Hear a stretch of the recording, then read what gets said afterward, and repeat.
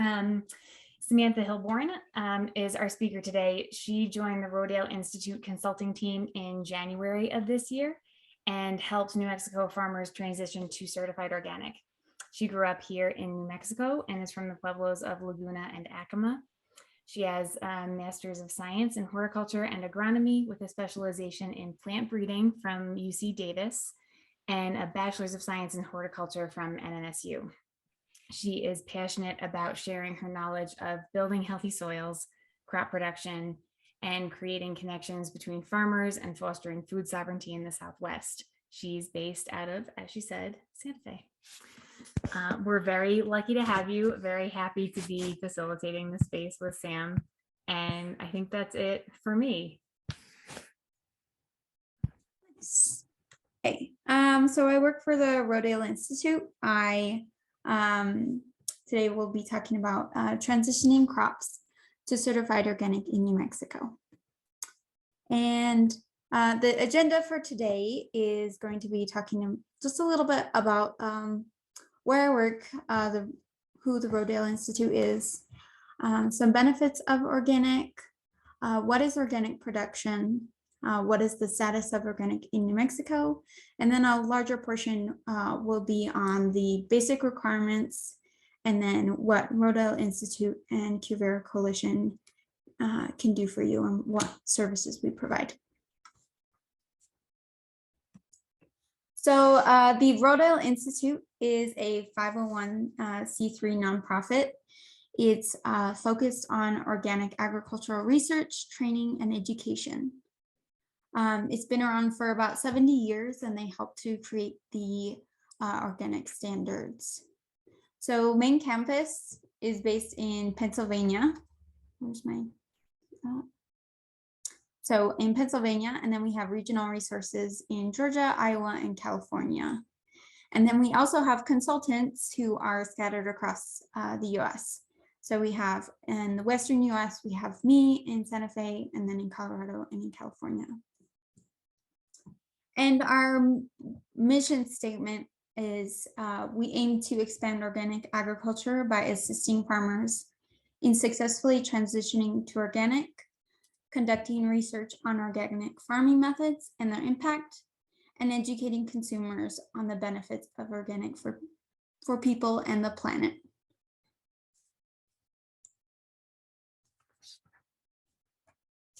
So since you're here, I'm sure you probably know about the benefits of organic, but we'll go over some of the value added things that happen that you can add to your operation.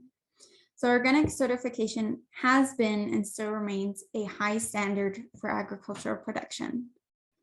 So some value added things to your operation in transitioning to organic is that you can have price premiums for organic products. That is true in the supermarket, that is true in wholesale. And there is increased access to wholesale markets for a wider variety of crops. We can help you get into some of these more wholesale markets and widen your market through organic. Greatly improved long-term soil health. Organic really strives to improve your soil health, mainly through soil organic matter. And I think that's really important because increased soil organic matter increases your water holding capacity, which is important in this drought as we want to retain as much water as we can in the soil. We can also cut out the costs of chemical and synthetic inputs. Some other things are that there's potentially increased land value depending on the region if you are certified organic. And lastly, there is a positive public perception of certified organic. So all of those are can be true for you, or maybe one may be true for you. So what is organic production? It is the production of crops in a system that relies on ecosystem management rather than external agricultural inputs. So that means that organic agriculture prohibits the use of synthetic fertilizers, herbicides, and genetically engineered seed. However, there are some allowed fungicides, insecticides, and herbicides allowed by the NOP, which is the National Organic Program. And these are maintained on an organic national list that you can find online. So the term organic and these labels right here are protected and regulated by the USDA. And to maintain integrity of the term organic and these seals, the certified organic operations are inspected on an annual basis. So I'll go a little bit into how the certification process is and the certifier system. So it's not quite a linear system. So to use the USDA seal on your products, you have an accredited certifying agency that is accredited by the USDA. So you have the USDA National Organic Program that certifies certifying agencies, and then you have inspectors that go out to your farm and will inspect your farm. And then if your approval goes through, you are able to use USDA organic seal, use organic on your products, and that is seen by the consumer.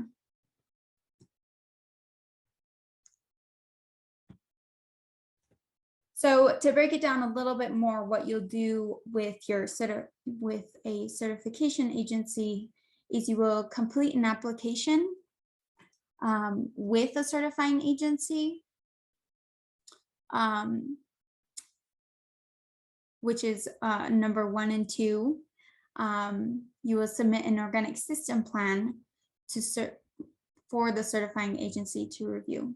Then you'll have an initial review by the certifying agency. You will have an on-site inspection where someone comes out to inspect your farm and make sure that your organic system plan is what you're actually doing on the farm. And then 4 and 5 is done by your certifying agency, where they evaluate the inspection report, and then you have a certification decision.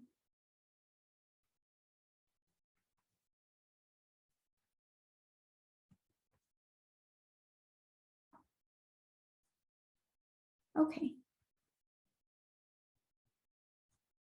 And there are costs associated with your certifier. I picked CCOF, which is based in California, as an example.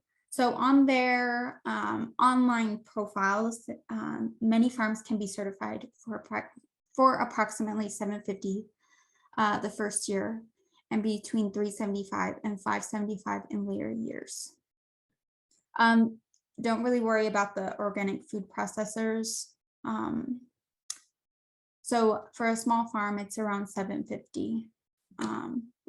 But there are also USDA reimbursements for 2022. You can use both of these, the organic cost share and the organic transition education and certification program. You will submit both of these to the FSA for reimbursement in New Mexico. You can get 50% through the cost share or up to $500, and through the OTECP, which is the second one, which is 75% or up to $750. I'm not sure if you can use both and get the full, what is that, $12,500. I would have to call the FSA and ask them. But my estimation would be $750 for the first year, plus $500 travel fees, which it will probably be less because there is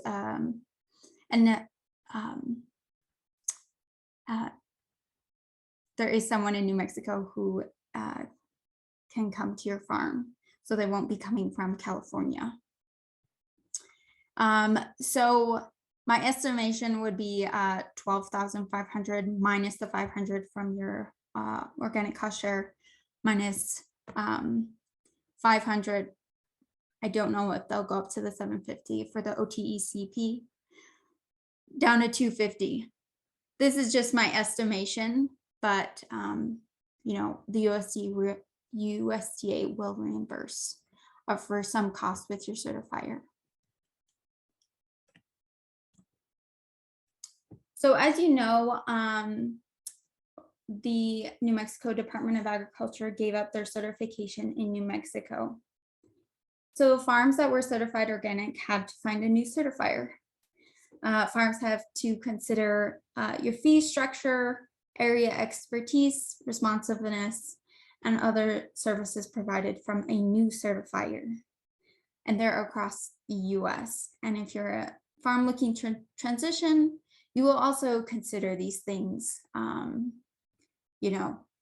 And currently there are 104 certified organic farms. This includes crops, livestock, processors, also called handlers. And then also, who is certifying farms in New Mexico? I would say the CCOF, Oregon Tilth, and Where Food Comes From will certify smaller farms. NCIS, I believe, says bigger farms, and then these ones at the bottom do more exportation. They'll export organic foods. So these are the farms that I've seen, or these are the certifying agencies within New Mexico now that NMDA does not certify farms. So there's quite a bit, as you can see. I think other states have less diversity in certifying agencies. So after looking at certifiers, what's going on at the farm? What basic requirements do you need to be certified organic? Land requirements are that land must be managed organically for 3 years prior to certification eligibility. An interesting thing is that the land does not have to be owned by you. It can be leased. There is no land ownership requirement. So to be managed organically, this includes no synthetic pesticides or fertilizers. Crop rotations must be implemented. Organic seed is required, or untreated seed is also allowed. There are additional manure and compost regulations.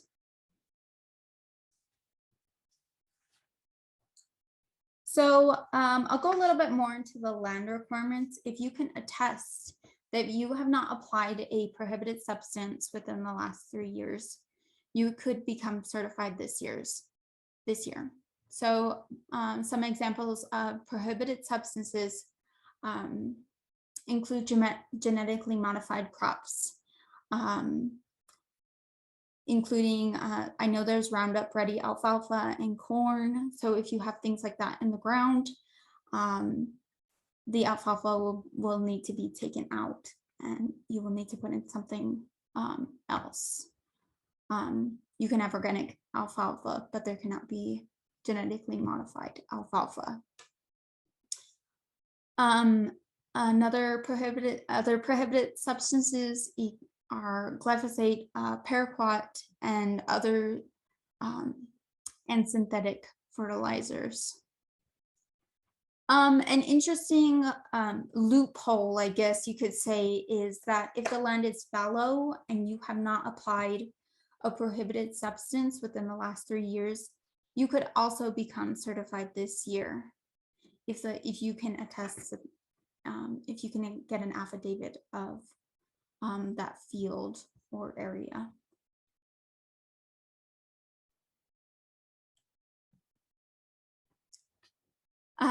So seeds and seedlings must be organic, unless if you are looking for an organic variety of seeds that's not commercially available in the quantity or the variety, you can get untreated non-GMO seed that's not organic. However, you have to perform a seed search of at least 3 suppliers before purchasing. So an example of that would be you're looking for an onion, seed. Say you look at Johnny's, what's another one? Anyways, you look for 3 organic sources. You write that down that they're not available, and then you can go get non-GMO, untreated, non-organic seed. However, seeds used for edible sprouts must be organic without exception. Additionally, seedlings, say in a tomato transplant, that also must be certified or that must be organic also.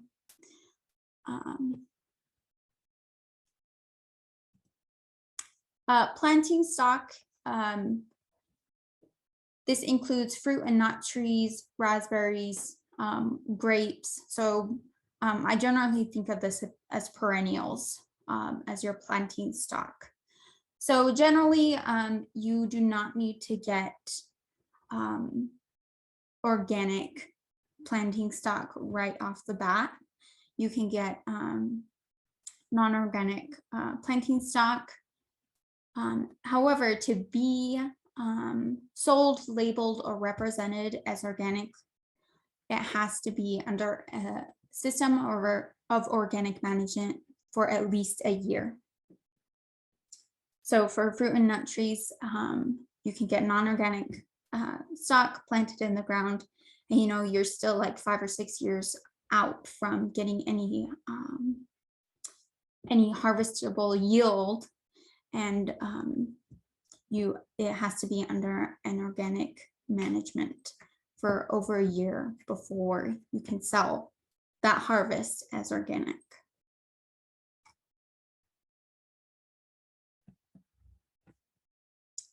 So there are additional requirements such as barriers and buffers.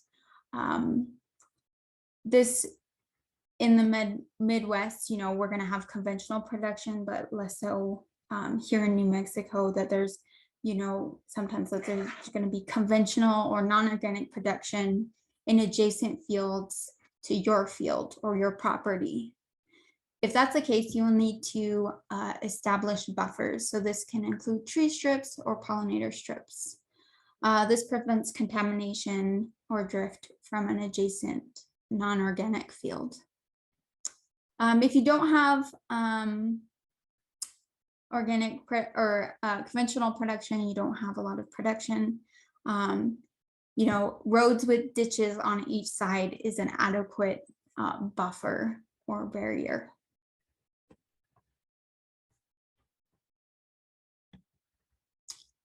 Record keeping is a big one. I know that's one thing that people really, I don't want to do a lot of the paperwork. But I'll say a few things is that some of these things listed down here, you may already have.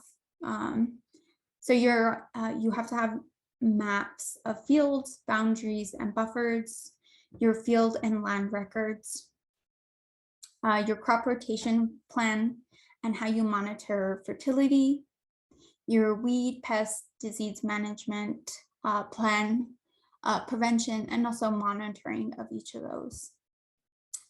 You also need to have documentation of how you're increasing or maintaining biodiversity on your farm and water conservation practices.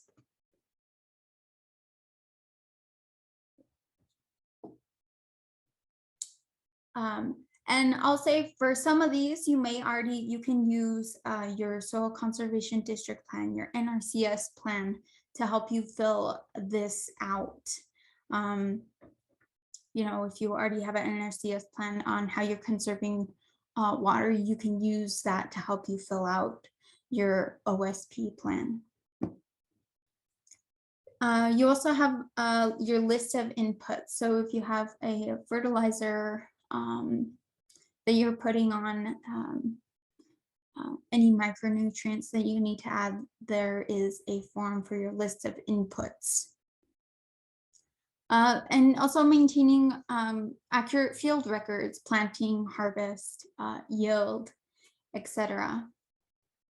And your certificates, if you have a certified organic seed, having documentation of that is also important. You need to also maintain invoices and receipts of, I will not say everything, but almost everything. If you put things in QuickBooks, that's an adequate way to say you're maintaining your invoices. So if you already have a system in place, that may be good enough, as long as it's you can pull things out correctly. So notes about record keeping and your OSP, your organic system plan. Don't be intimidated by the record keeping and your organic system plan. Your organic system plan, much of it is a yes, no, checkboxes and explanations, and your inspector will come and verify all of that. So here's an example below of your pest management, weeds, diseases management. So it's not just a blank sheet where you're filling in everything. You're sometimes listing things, checking things off. And lastly, think of these records as your blueprint on how to farm better, what's working, what's not. You'll fill these out each year, and you can, if you're keeping these records correctly, you can look back and see, how you can change things for the to farm better into the next year.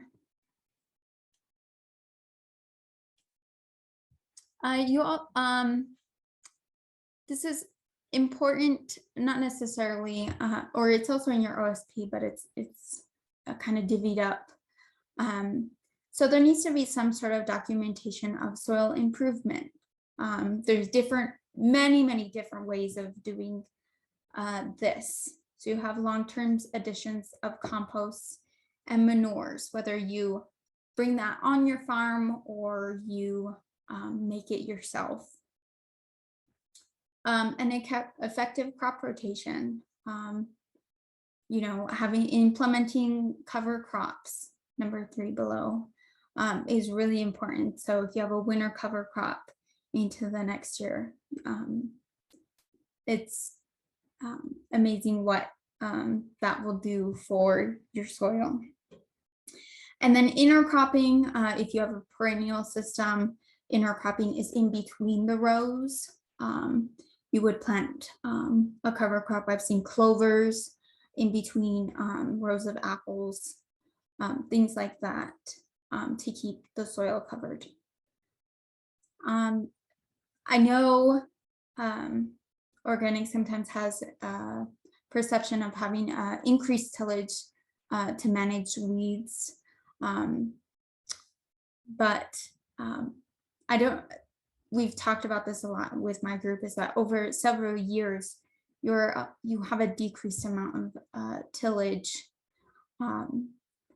instead of doing it every single year, increased tillage with a crop rotation, because you're not going to have the same crop on there every year.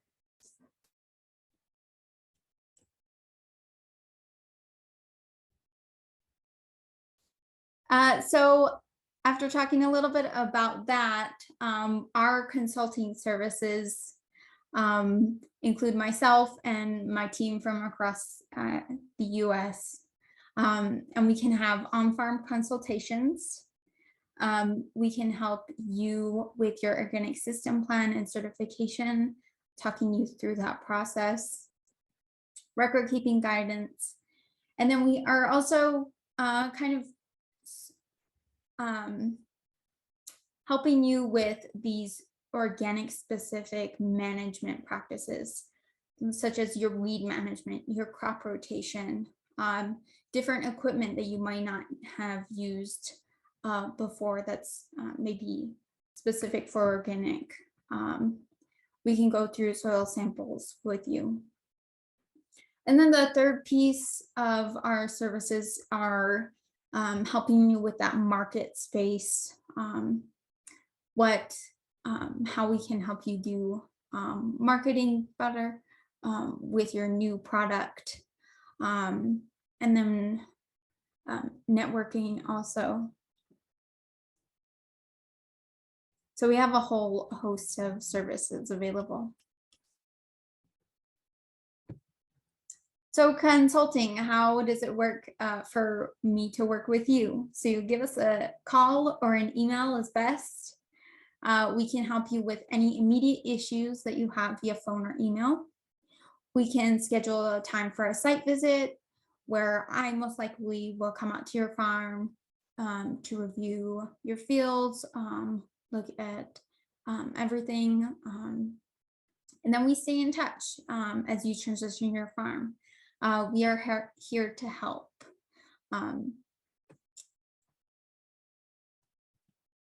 And right now, we're having a consulting promo period through Rodale Institute for the Southwest.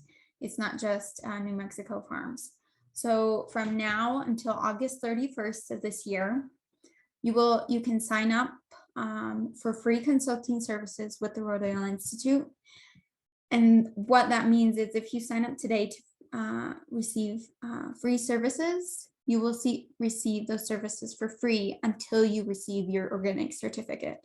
So if you are still 3 years down the road, we can still help you get your organic certificate.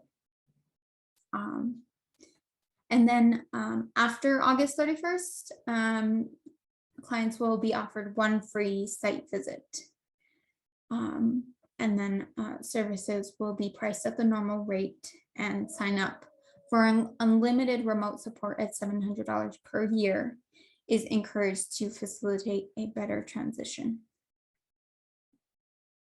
So just call or email me if you're interested in receiving our services. And there is my contact information. I will put it in the chat. And then I believe CJ will also be sharing a little bit about Qvera's services. And I will can put the screen back up. Unless you have slides, CJ. Thanks, Sam. No, I'm gonna share a little document, but I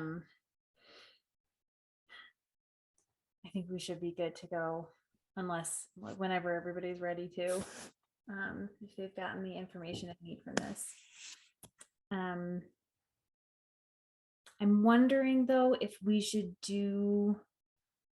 just take a minute and do some question time before tossing any more information at everyone. How's that sound? Yeah. I know that's a lot of information, but yeah.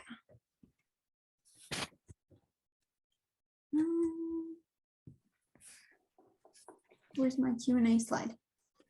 Okay. Does anyone have any questions? And if you don't, I don't have any questions, but I just wanted to encourage everyone else who's on this that it seems a lot harder and more intimidating than it really is. It isn't. If you go down the list, you do your record keeping. My husband used to, just even before we got certified, just write down daily what happened in the field or this or that, because it also is good for future. You go back, say the next year, you can then go back to the year before and see when you planted this and and what happened with those bugs. So it's a good reference too, besides needing it for the certification. But yeah, don't be daunted by it all. Yes, I think that's a big part. Thanks, Mary. Valerie, do you want to unmute or type your question in the chat? I have a couple of questions about seeds. So there's a couple of different parts to it. Like if you're certified organic as a vegetable producer, does that automatically make the any seed that you produce certified organic? And can you then use that, you know, your own seed for your seed source? Yes, you can. You can't. I mean, I feel like the NOP needs to encourage seed saving more. You know, that decreases the cost of your seed. But yes, if you save your seed and then use it the next year and have that documentation, I don't know what the documentation is or if there's an extra form, you know, if you have to save seed, but yes, you can save that. That's organic certified and can be used the next year or whenever. And then I could also, the farm could also sell that seed as certified organic seed? Or is there another process for certifying seed? I don't know. My hunch would be to say that you can sell that seed as certified organic right off the bat. I don't know if there's other requirements or forms you have to fill out, but I can ask and I will get back to you on that. Because I know that's a question I've gotten before.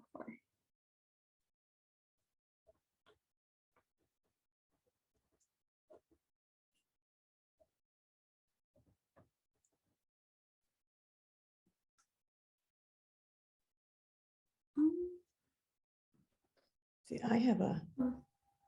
Go ahead, Sylvia. Me, Sylvia? Oh, Yes, hi. go ahead. Listen, I'm really excited about all this. This is really great. I've been actually trying to get my certification for a very, very, very long time. And unfortunately, I've always been told it's too expensive and discouraged, but I don't want to be discouraged. This sounds a lot better, like things are really moving in a very positive direction. And also, is it Amanda who just spoke? Amanda? About Valerie? Valerie, yeah. Hi, Valerie. I was in one of her wonderful workshops a few weeks ago. Yeah, the seed is, because I was talking to somebody about the seed and they said that the seed I may be totally wrong, but my understanding was that there wasn't a proper certification for seed in New Mexico. And so maybe that has to be looked into a little bit more. I guess my main question is I do want to sign up before August, like as soon as possible, for all that additional free help. And so, yeah, so I do want to stay connected. And so keep me in your loop. And that's it. Okay, great. Yeah. I will put my email in the chat. And how do I just copy that? Is that how I make that happen? Let's see the chat. Yes. Okay. I don't see it. Is it? There we go. There we go. Okay. All right. Also, you know, we really need help with figuring out how to get more computer savvy. I hope that you're going to really do something to save us in that particular department. Well, or for the record keeping, my general recommendation is to put everything digitally or everything, in paper. Either one or the other. You can't, it's better not to be like mixing both. I know people just take photos of things if they're doing it all digitally. Honestly, a photo is great because it will just, to take pictures of papers and things, because there's a timestamp already on that photo. And I'm a real fan of that portion. But if you also like paper, just keep it all that way. Sylvia, what kind of computer savvy are you thinking about? Well, I remember one time I'm trying now, first of all, how to do these Zooms more effectively. Also, I would love it if there was like this sort of interactive Zoom where all of us farmers could chat with each other. I would love that because I'm always interested in what everybody else is doing. And that's always been a tradition, actually, from the past, is farmers really used to get together and share what was happening on their farms or ask questions, give each other advice too. Plus, this extra mentoring is really helpful. But actually, the kinds of computers that I am thinking about is, how to do a pitch deck. The other is that there are some maps on, I think it's Google Maps, I'm not sure, of how you can really track your farm. And with these farm maps of your farm, and then you can see what needs to be irrigated. You can see everything, and you could actually print it out so that you know what needs to be done, and you can put it into a calendar. The calendar is super important. And then also, I'm really interested in lunar planting. And so like a full calendar of each day where the phase of the moon is, and just being able to get with it in terms of just what's happening, on our planet, graphs, our really understanding soil testing, big time. Being able to really do it and interpret it if we take it to a lab, how we can really understand those results. And then biochar, what's happening with biochar. There's just so much going on. But to tell you the truth, because of the pandemic and all of this stuff, and also, being in that category of being sensitive,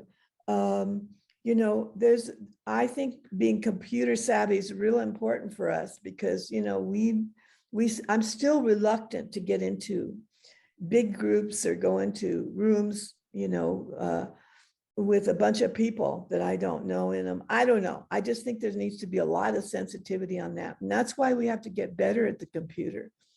And then the whole thing about QuickBooks, I've never done QuickBooks.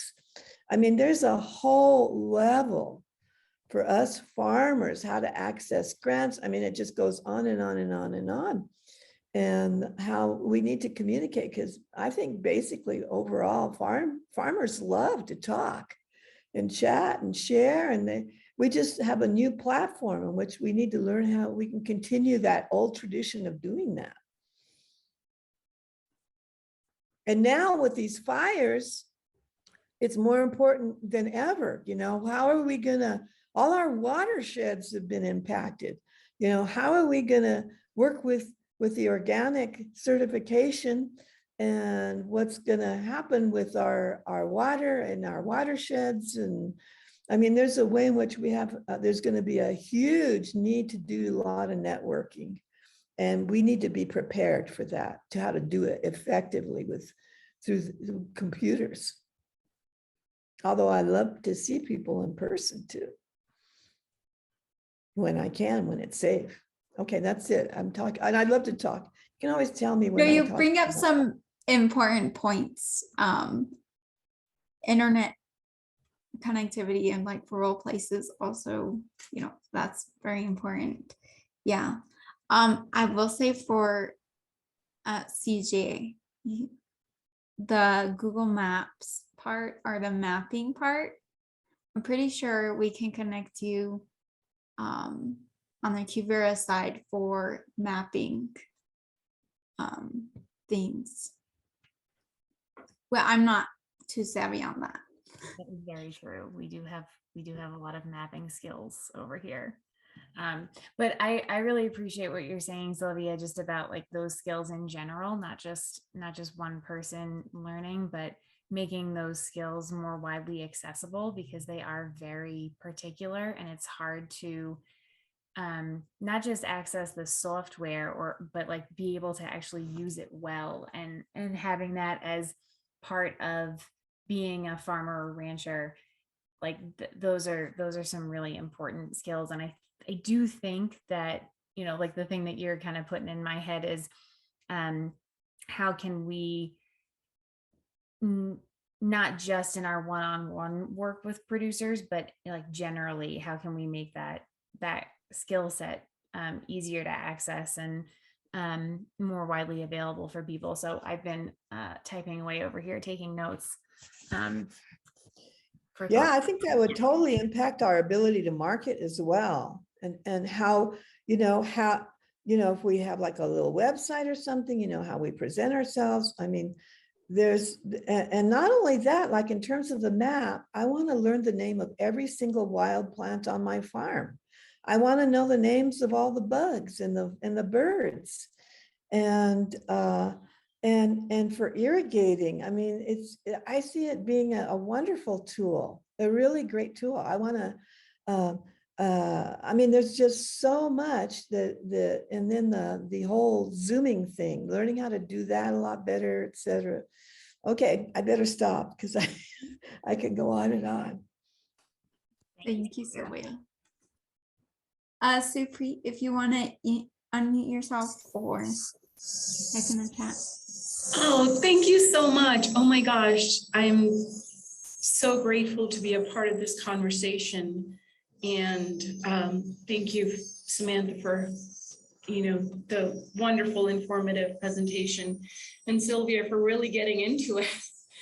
I am the value chain specialist for the La Montanita Co-op, and I work with Valerie. I'm very new.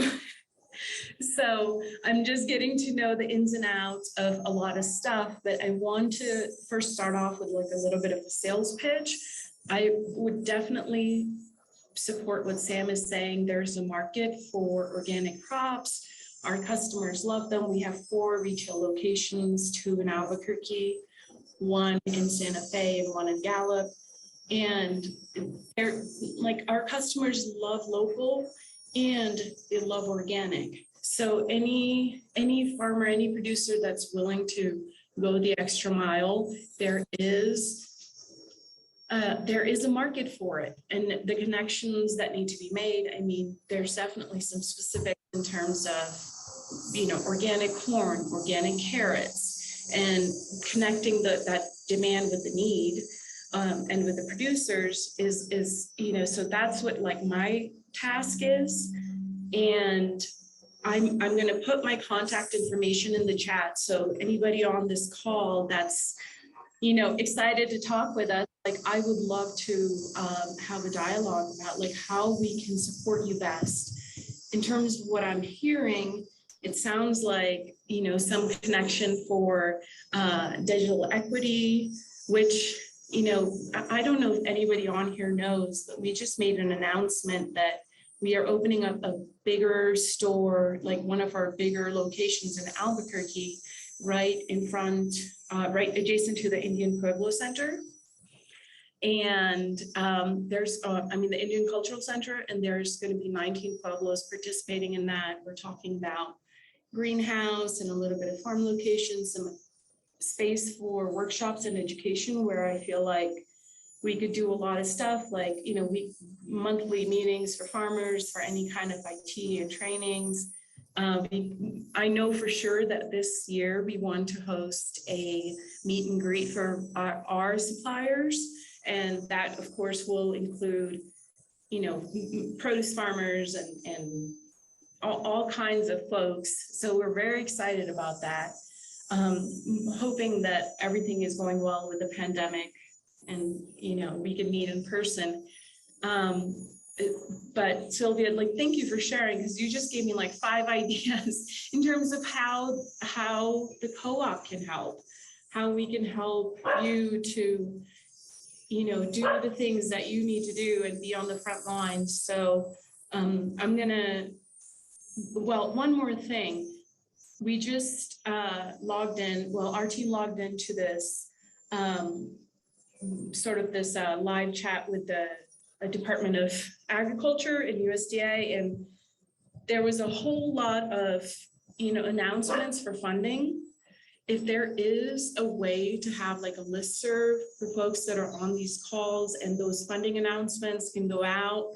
There was a lot of support going out for organic, a lot of support for rural communities. I'm going to keep an eye on it, but if there is an opportunity, like our new store slated to open somewhere around 2024, and Valerie on this call can confirm that, you know, we would love to have be that kind of central space for farmers to meet and interact with customers, interact with, you know, share their stories, share everything that is involved in producing local organic crops that can compete with, you know, markets that have a lot more economies of scale. So this is just something that, you know, sales pitch hidden in Q&A. But yeah, so that is me.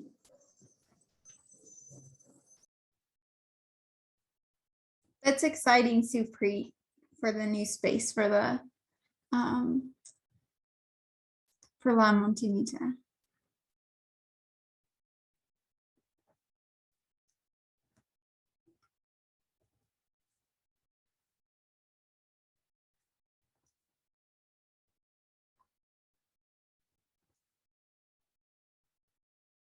Awesome.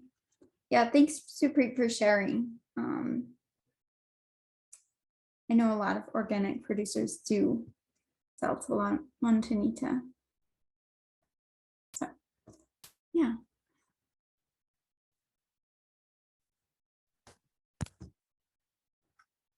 Oh, yay.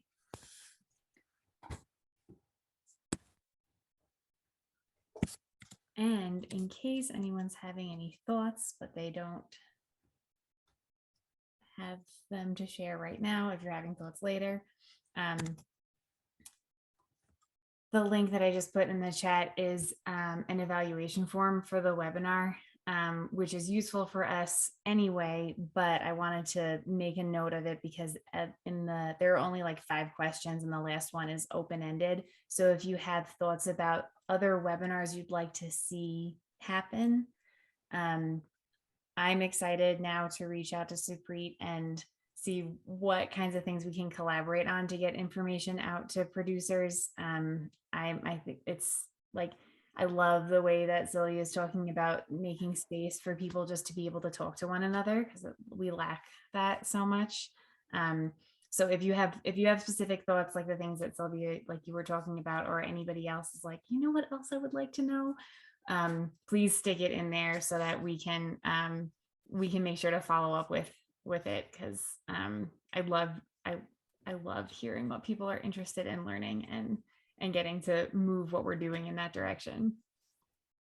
So that's there for that. Also, can I keep holding the mic for a second and share something else? Go ahead. Thanks, Sam.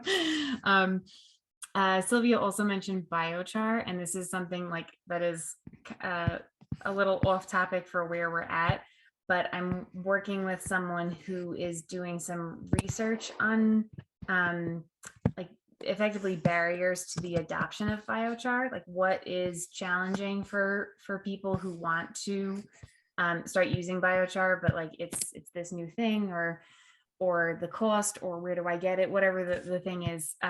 She's doing research at New Mexico Highlands University, and that second link that I just put in is to the survey that she's using to collect data. So if you own or lease land, she would love to have your input, whether or not you've ever used biochar. Because she's just trying to get an assessment of producers in New Mexico and what ideas they have about biochar, whether they knew about it before they clicked this link or not. So that's been a fascinating experience to work with her on the information she's collecting, and so she's asked me to start sharing that as widely as I can. Sylvia, you have something? I just wanted to say something quick about biochar. I'm really excited about it. It is a very safe way to do burn. It's very contained. It does not emit smoke or a minimum amount, so you don't have flying embers. And in it, you can combine it with your, like say, if you're doing vermiculture and composting, and it helps to mitigate, they say it helps to mitigate climate change. Now, for me, as I have an orchard, and I have standard trees. So the prunings have always been an issue, but I can really see how, like say, this particular system, especially if I put it like on a little trailer and I can haul it around the farm and I can like create the biochar, as I'm doing my prunings, I would have that totally under control. And besides, I would have something that's great for my farm, and maybe, and I'm not one of these competitive types, you'd have a product that you could also potentially sell that would be wonderful. So I see it as a real hope, and it could literally save these orchards that we have in New Mexico. Which, did you know that we are the 5th fruit basket in the United States?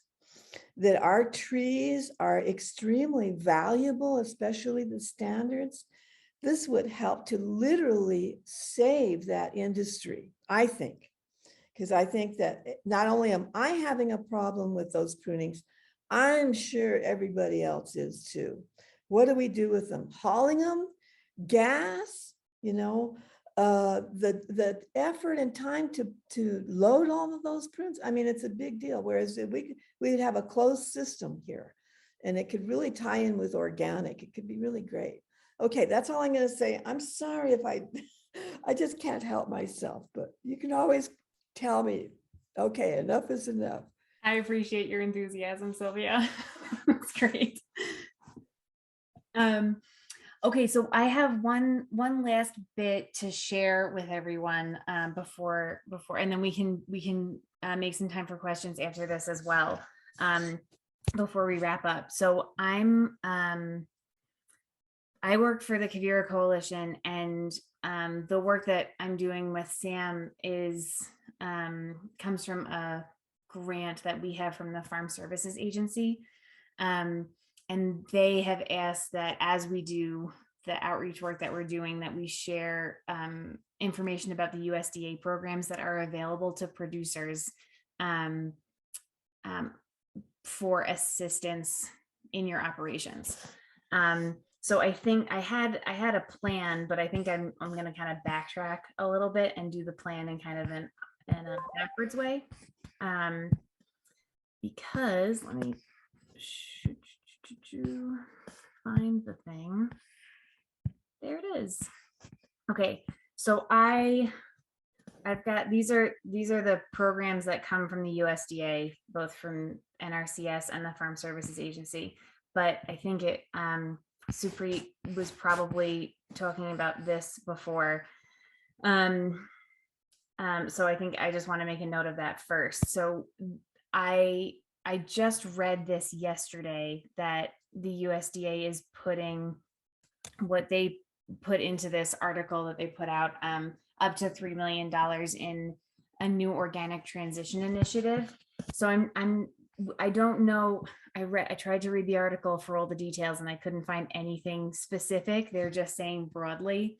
So like, I don't know if this is going to look like direct to producer money or money that goes to organizations like Rodale to help support, but just wanted to highlight for people that this is something that the USDA is starting to pay more attention to. So the programs that Sam was talking about earlier that help offset the cost or reimburse the costs, maybe that, thank you for nodding. I appreciate that, Sam. That hopefully that kind of assistance will be expanding. Whether that's covering more of the costs or getting more information out to producers or trying to do different things to help support you in your transition. That's something that is that exists now and is as we get more information. Something that we're trying to do through Quivira is we just literally this morning we started we've like what's the word I'm looking for? Restructured the way that we're putting out information through our newsletters to have it be more focused externally, not just on what we're doing, but how what we're doing coincides with or is in line with what's happening in agriculture and conservation more broadly. So our newsletters are going out more in the direction of like what resources are available to people who are stewarding land in one way or another. So I think we're going to be keeping up on this kind of information and putting that out in our monthly newsletters. So that I'm very excited about that being a good place to go for information like this. Okay, so that's one thing that's coming out of the USDA. The other things that I'm not going to read this whole thing to you. I'm going to leave it here so that if it is interesting to you, we can go deeper into it. And I'm just going to highlight a couple of things that I've noticed being particularly relevant. So one of them that has come up is the Emergency Watershed Protection Program. And this is relevant because there are a lot of places right now that will likely have a lot of challenges with flooding after fire. And this is a program that cost shares. You can see the majority of the cost of a project if there has been some kind of flood related water damage to an area. So again, I'm not gonna go too deeply into these things, but I just want to make sure that folks here and whoever watches this in the future knows that these things are available, so that if you're in a place where you're concerned about what's going to happen to your land after a fire and there's and the impact of water, unfortunately, this isn't something that addresses things before they happen. But if you don't have time to address the problem beforehand in some other way, this is something that can address emergencies after the fact. Things that are more preemptive and ongoing fall under the EQIP program, Environmental Quality Incentives Program. And the way that tends to relate to the work that we do at Quivira is generally specifically, you need a conservation plan with the NRCS in order to qualify for this cost share program. And they'll do that with you when you apply for EQIP funding. An NRCS agent will come out to your farm and create a conservation plan with you. And the kind of cool thing that we've been working on at Quivira, and by kind of cool, I mean really awesome because I love it, is we've created our own whole farm and ranch plans that use the same model as the NRCS, and we're hoping that in time we'll be able to get them to qualify as NRCS plans, because we're including all of the NRCS information in there. But we take a really holistic perspective for creating the plan with the producers. So we go into what your personal goals are. If your farm or ranch is owned by your family, what your family goals are, how you want your life to look as you're creating this plan for your business. So it's really like I feel really lucky and have a lot of gratitude for the experiences I've been able to have working with producers as we build these plans, because it's a very sit down at the kitchen table with a cup of tea and talk about what you're looking to do. And maybe that involves organic transition, but even if it doesn't, we can still like work on making plans and are here to support whatever your process looks like. So that all fits together. And like Sam was talking about before, the mapping aspect of that is a big one. So that you're able to look at your farm over time and use all the mapping tools that are available to be able to really dig into what's happening. Okay, I took a bit of a left turn there, but I'm going back to what I was doing. So those are some of the NRCS programs. That's some things that Kavira does. And then in the FSA department, there's some emergency relief, and then there's also a lot of like land purchase support. So FSA is a great place to go when you are looking for loans or grants. I think they mostly focus on loans, but loans for land purchases, and then they do a lot of emergency assistance and disaster relief. And the thing, again, because of the fires that we've been dealing with, one of the great emergency programs that FSA has to do with livestock forage. So if you've got a ranch or any pasture land that has been destroyed by fire or even just drought, if the amount of forage that you have available has decreased because of the drought, the FSA will pay for you to transport your animals to a place where there is better forage.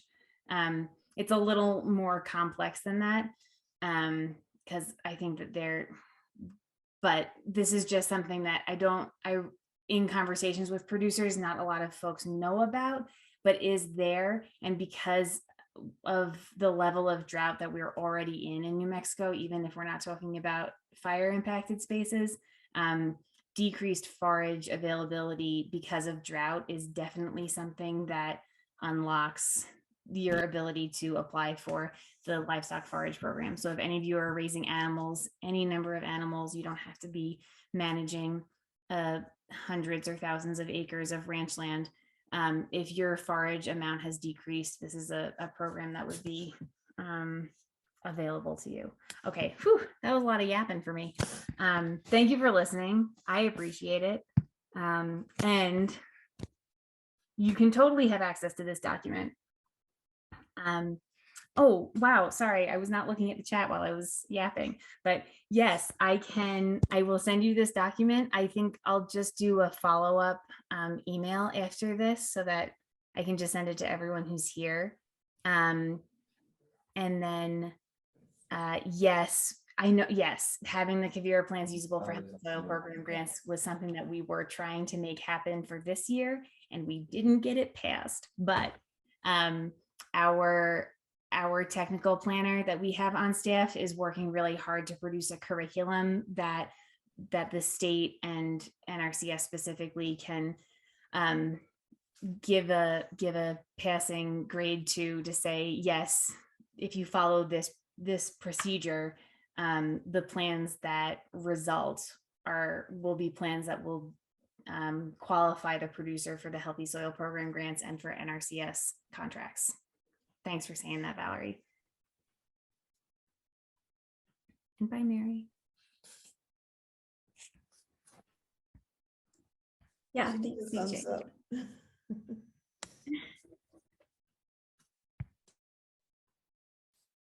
Yeah, thanks everyone.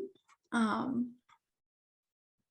guess we gave everyone a lot of information, but I hope at least some of that or all of that was useful to you, and feel free to call or email either of us.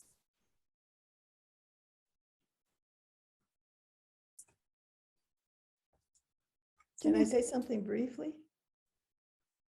Go ahead. I really, this is just my opinion.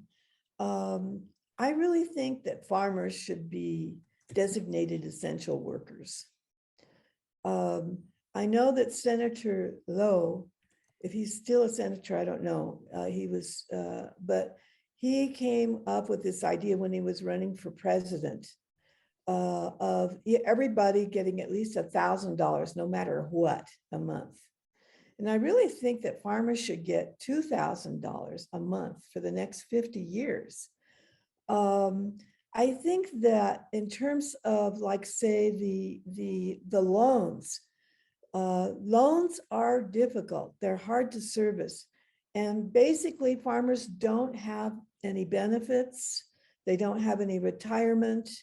We need more in that regard. We don't, there's a whole area lacking in our industry that I think we should have as farmers. And that's why I really think we should go heavy on grants, full grants. The loans, and sometimes when we have to come upfront the money, it's difficult to upfront the money because sometimes there can be a waiting period before you get reimbursed. So I would really like to see, like, a lot of attention put on this and some possible restructuring, you know, with our legislature concerning maybe restructuring some of these things that would be, that would really help to highlight farmers, you know, and really, we want our kids to come back. And the reason they leave is because they see these other industries that have all those perks and bells and whistles. And we need those perks, bells and whistles in our industry, if it's an organic industry. And because we want our children to stay. We don't want them to have to leave because they saw their parents struggle so hard to keep the farm. And the farming should be a joy, even though the work is hard. It should be passionate. And I think it really can be. I'm a dreamer.